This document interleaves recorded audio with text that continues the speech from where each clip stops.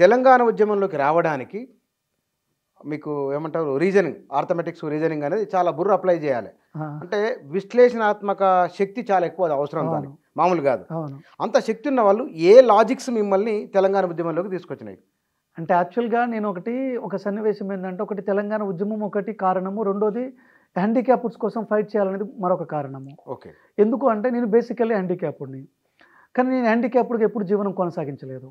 అలాంటి క్రమంలో ఏమైంది అంటే, నేను ఒకరోజు కోచింగ్ సెంటరు, అంటే నువ్వు వాస్తవంగా నిజంగా మనం మాట్లాడుకుంటే నేను చాలా కమర్షియల్ ఫ్యాకల్టీని, నేను స్టార్టింగ్లో చాలా కమర్షియల్ ఫ్యాకల్టీని. అసలుకి నేను కోచింగ్ చెప్పడము, బాగా చెప్పడము, ఫీజును చూసుకోవడం మాత్రమే చూసుకునే విషయం. అదే ప్రతి నిజం, సంపాదించాలి అంతే నిజము, వేరే నిజమే లేదు. నిజంగా మాట్లాడుకుంటే నేను ఒకరోజు నా దినచర్య మార్నింగ్ 4 o'clock స్టార్ట్ అయింది. మార్నింగ్ 4 o'clock స్టార్ట్ అయితే నిజంగా అప్పుడు 4 o'clock నుంచి 6 o'clock వరకు 2 హోమ్ ట్యూషన్లు చెప్తాను ఖచ్చితంగా. బాగా డబ్బులు ఇస్తారనుకుంటేనే పోయేవాడిని, నిజంగా చెప్తున్నాను. అంటే సంవత్సరంలో చెప్పేది ఒక 3 నెలల్లో చెప్పేవాడిని. అంత కమర్షియల్ ఫ్యాకల్టీకి నేను ఉన్న క్రమంలో నేను ఒకరోజు మధ్యాహ్నంలో భోజనానికి వెళ్తున్నాను. ఆ భోజనానికి వెళ్ళేటప్పుడు ఒక హ్యాండిక్యాప్డ్ అమ్మాయి 2 కాళ్ళు 2 చేతులతోనే భూమి మీద వెళ్ళిపోతూ ఉంది. వెళ్ళిపోతున్నప్పుడు నాకు సడన్గా అసలుకి ఏదో కనిపించినట్టు అనిపించి ఆపాను. ఆపేసరికి ఒక సోదరి అలా 2 కాళ్ళు 2 చేతులతోని 2 మోకాళ్ళు 2 చేతులు పెట్టేసి భూమి మీద నుంచి వెళ్ళిపోతూ ఉంది. ఆమె ఈపు భాగంలో నేను ఒక కవర్ చూశాను. ఆ కవర్ ఏంటంటే అన్నం ఉంది, కూరలు ఉన్నాయి, పచ్చళ్ళు ఉన్నాయి, అలాంటి చాలా విషయాలు ఉన్నాయి దాంట్లో. నేను నా జేబులో అప్పటి వరకు ఫీజు కలెక్ట్ అయింది నాకు, అప్పటి వరకు కూడా బాగానే కలెక్ట్ అవుతుంది నాకు మార్నింగ్ టైంలో. అది ఎంత తీసేసాను డైరెక్ట్గా, తీసి అమ్మాయికి ఇచ్చేసాను. ఎంత ఉందో తెలియదు. అంటే నేను జనరల్గా చాలా, అంటే నాకెందుకు ఆ సన్నివేశం కొంచెం ఇబ్బందిగా అనిపించింది. అంటే అది చాలా, అంటే చాలా అది మానసికంగా అనిపిస్తుంది ఇప్పటికి కూడా మనకి. అంటే జనరల్గా ఏంటంటే ఇప్పటికి కూడా ఉంటుంది ఆ ఫీలింగ్ నాకు. అంటే ఆ సన్నివేశం చాలా డేంజర్ సన్నివేశం అది. అంటే ఆ తర్వాత నేను అడిగాను జనరల్గా ఏంటంటే, అంటే ఎందుకు అలా, అంటే అసలు కారణం ఏంటి, రీజన్ ఏంటి అన్నప్పుడు అమ్మాయి ఆ చుట్టుపక్కల ఇళ్ళలో పనిచేస్తుందట. పనిచేసి ఏం పని చేస్తుందంటే పాచి పని మొత్తం చేస్తుంది. చేసి దేనికోసం చేస్తుంది అంటే కేవలం భోజనం కోసం చేస్తుంది. 2 కాళ్ళు 2 చేతులు, 2 కాళ్ళు లేవు, 2 చేతులు ఆ భూమి మీద అనుకుని 2 మోకాల నుంచి పోతూ ఉంటుంది తను. అది నాకు కొంచెం బాగా బాధ అనిపించింది అన్నది జనరల్గా. అంటే నేను జనరల్గా ఏంటంటే అంటే ఆ సన్నివేశం నాకు కొంచెం అంటే ఇబ్బందికరంగా అనిపించింది. అరే ఇప్పుడు మనం ఉన్నాము, బాగున్నాము, నాకు పిల్లలు ఉన్నారు, మంచి భార్య ఉంది, మంచి ఆదాయం ఉంది, రైట్, బాగుంది, కానీ నేను హ్యాండిక్యాప్డ్ కదా. సో మరి వీళ్ళ కోసం నేను మాట్లాడాలి కదా, వీళ్ళంటి వాళ్ళ కోసం నేను మాట్లాడాలి కదా అని ఆలోచించాను. ఆ టైంలో నేను హ్యాండిక్యాప్డ్ మూమెంట్ అసలు ఏంటి, ఎవరు ఉద్యమాలు చేస్తున్నారు, ఏం సంగతి అని ఒకసారి తొంగి చూశాను. ఇక్కడ మరొక సన్నివేశం ఏంటంటే, వికలాంగులు మోసం చేస్తున్న చర్య నన్ను ఇంకా కదిలించేసింది. జనరల్గా మనం అనకూడదు కానీ నిజంగా పదము సదరం సర్టిఫికెట్లు ఇప్పిస్తామని, పెన్షన్లు ఇప్పిస్తామని చాలా వేదన కలిగించింది నాకు మానసికంగా. ఉండదు అట్లాంటి వారిని. అసలు ఎందుకు వీళ్ళు ఆ పని చేస్తున్నారని ఆలోచిస్తే వీళ్ళకు ఉపాధి లేదు, వీళ్ళకి పెళ్ళి అయి ఉంటుంది, పిల్లలు ఉంటారు, వాళ్ళకి ఏం చేయాలో అర్థం కాదు, వాళ్ళకి ఇన్కమ్ సోర్స్ లేదు. నాకు అప్పుడు అనిపించింది ఏంటి అంటే, వీళ్ళ కోసం నేను మాట్లాడాలి. నా జీవితంలో ఇప్పుడు డబ్బు అనేది శాశ్వతమైనది కాదు. మా తాతకి చాలా ఉండేనంట, నా పేరు పెట్టుకున్న వీరయ్యకి. నా పేరు వీరయ్య, మా నాన్న పేరు గురువయ్య గారు, ఆయన తండ్రి పేరు వీరయ్య, ఆయన తండ్రి పేరు గురువయ్య, ఆయన తండ్రి పేరు వీరయ్య, ఆయన తండ్రి పేరు గురువయ్య, తరతరాలుగా నాకు వచ్చింది ఆ పేరు. మా తాతలకి మా ముత్తాతలకి చాలా ఉండేనంట.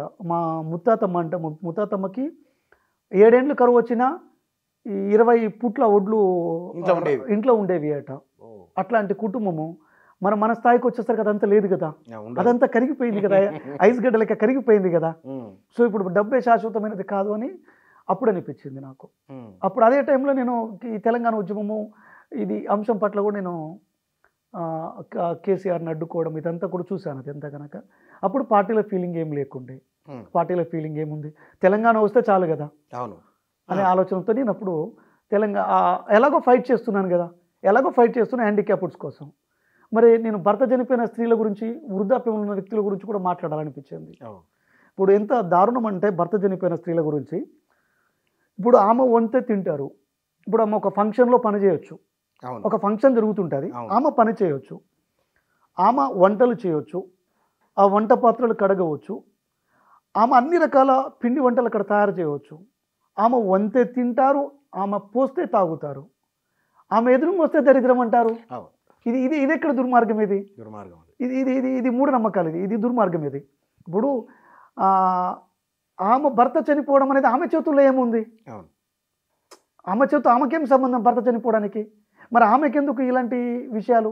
ఇప్పుడు ఒక పెళ్ళైన జంట ఒక దేవత కాడికి పోతారు, బాగా దండం పెట్టుకొని, అమ్మ మా పిల్లలు బాగుండాలా, మంచి పిల్లలు పుట్టాలి వీళ్ళకి అని చెప్పేసి అన్ని సమర్పించి వస్తారు. ఎదురుగా ఒకవేళ ఆ టైంలో భర్త చనిపోయిన స్త్రీ వస్తే ఏమంటారన్న?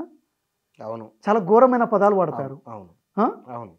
కానీ వీళ్ళకి తెలియని ఒక పచ్చి నిజం ఏంటంటే, వీళ్ళు దండం పెట్టిన దేవత కూడా భర్త చనిపోయిన స్త్రీని. మరి ఇప్పుడు ఆమె పూజనీయురాలు అయినప్పుడు జనరల్గా, ఎందుకంటే ఆ దేవత నేను కూడా కొలుస్తాను జనరల్గా, నేనే మూఢనమ్మకవాదిని కాను కదా, నేను కూడా దండం పెడతాను ఆ దేవతకి. మరి అలాంటప్పుడు ఆమె కూడా భర్త చనిపోయిన స్త్రీని, ఆమెకి నువ్వు పోయావు, మొక్కావు, ఈ పిల్లలిద్దరికి మంచి సంతానం కలగాలని చెప్పావు, అన్ని రకాలుగా అన్నావు. మరి ఆమె ఎలా పూజనీయమైనప్పుడు ఈమె కూడా పూజనీయమైన కదా, ఈమెను పెద్ద ముత్తైదుగా నువ్వు గుర్తించాలి కదా, ఇంత వివక్ష జరగకూడదు కదా. సో నేను ఈ అంశం నాకు బాగా కదిలించే అంశం అది. ఈ రెండు విషయాలు అంటే ప్రత్యేక ప్రతిభావంతుల విషయంలో ఒకటి, తర్వాత వితంతు మహిళల విషయంలో ఒకటి, ఈ రెండు అంశాలు కదిలించే. వృద్ధాప్యంలో ఉన్న వ్యక్తుల ఘోరం అది. వృద్ధాప్యంలో నేను చాలా మంది అవాతాతలకు నా వంతు నేను చాలా చేశాను. జనరల్గా వాళ్ళు జీవితం మొత్తము కుటుంబం కోసమే కష్టపడతారు. వాళ్ళ పిల్లలు చదువులు, వాళ్ళ పెళ్ళిళ్ళు, వాళ్ళ పిల్లలు వాళ్ళ చదువులు, వాళ్ళ ఆరోగ్యాలు, వీటి మీదే కష్టపడతారు. అసలు వాళ్ళు ఎందుకు డబ్బు సంపాదిస్తున్నారు అంటే వీళ్ళ కోసమే. అంతా చేసిన తర్వాత చివరికి వాళ్ళు వయసు అయిపోయేసరికల్లా వాళ్ళని పక్కన పడేస్తున్నారు, అనాథాశ్రమాల్లో జాయిన్ చేస్తూ ఉన్నారు. వాళ్ళ చట్టాలు కూడా అమలు కావట్లేదు ఇవాళ. ఇవి నేను ఎలాగో చేసేదేదో వీళ్ళందరి కోసం చేస్తాననే ఆలోచనతో బయటకు వచ్చాను నేను. మీరు టీఆర్ఎస్ నుంచి మీకు పిలుపు రాలేదా? మీకు పేరు వచ్చింది, మీడియాలో కూడా దాంతో వచ్చింది. ఆ టైంలో నాకు వాస్తవానికి ఏంటంటే, నన్ను 2014లో హుజూర్ నగర్ ఎమ్మెల్యే టికెట్ కోసం అడిగారు నన్ను. నా కమ్యూనిటీ, నేను పెరిక కులానికి సంబంధించిన వ్యక్తిని, ఒక 25-30 వేల ఓట్లు అక్కడ ఉంటాయి, 25,000 ఓట్ల దాకా ఉంటాయి. సింగిల్ కమ్యూనిటీ అంటే నన్ను ఆ టీఆర్ఎస్ ఆ ఎమ్మెల్యే టికెట్ కోసం అడిగారు కానీ నాకు అప్పుడు అంత ఏజ్ లేదు, నాకు అంత పరిణితి లేదు. నేను ఇంకోటి ఏంటంటే, పేరుంది, డబ్బులు ఉన్నాయని మిమ్మల్ని పిలిచేటారు. దాంతోపాటు ఈసారి నేను ఇంకోటి ఏంటంటే, ఆ టైంలో ఉమ్మడి జిల్లాలో నల్గొండలో గ్రామాన వికలాంగులు, వితంతులు, వృద్ధుల సమావేశాలు పెట్టాను నేను. కొన్ని సభలు 10,000 మందితో సమావేశాలు పెట్టాను. ఎల్కరం సభ 15,000 మందితో ఉద్యమ కాలంలో చేశాను. స్టేట్ వైడ్ 15,000 మందితో ఒక గ్రామంలో చేశాను. గ్రామాలను పట్టుకున్నాను. గ్రామాల్లో పెద్ద ఉవ్వెత్తులు లేస్తుంది. అదే టైంలో అప్పటికే ఒక 20,000 మందికి అక్కడ కోచింగ్ సెంటర్ నడిపి ఉంటాను. అరే మా సార్ అనే ఒక ఫీలింగ్ కూడా పిల్లలకు ఉంటుంది. అది గమనించి వాళ్ళు అడిగారు. కానీ నేను బేసికల్లీ కాంగ్రెస్ పార్టీ కుటుంబం నుంచి వచ్చిన వాడిని. నేను పుట్టడమే కాంగ్రెస్ పార్టీలో పుట్టాను. మా నాయన కాంగ్రెస్లో ఉన్నాడు, మా తాత కాంగ్రెస్లో ఉన్నాడు. ఇంకోటి, అదే టైంలో నాకు పోటీ చేయాలనే ఆలోచన కానీ ఇదేమి లేదు. ప్లస్ నాకు టీఆర్ఎస్లోకి పోవాలన్న కోరిక కూడా లేదు. కేసీఆర్ అంటే మీరు అభిమానించేది కదా. అంటే నేను తెలంగాణ ఉద్యమం కొరకు అభిమానించాను. తెలంగాణ ఇచ్చింది కాంగ్రెస్ పార్టీ కదా. తెలంగాణ ఇచ్చింది కూడా కాంగ్రెస్ పార్టీ. బేసికల్లీ నేను కాంగ్రెస్ పార్టీ. సో కేసీఆర్ ఇచ్చిన మాట ప్రకారం దాన్ని విలీనం చేయాలి కదా, పార్టీని విలీనం చేయాలి కదా. సో ఆయనే తప్పు చేశాడు. అలాంటప్పుడు ఆయన పార్టీ నుంచి నేను మళ్ళీ ఎలా ముందుకెళ్ళిపోతాను అని వద్దనుకున్నాను.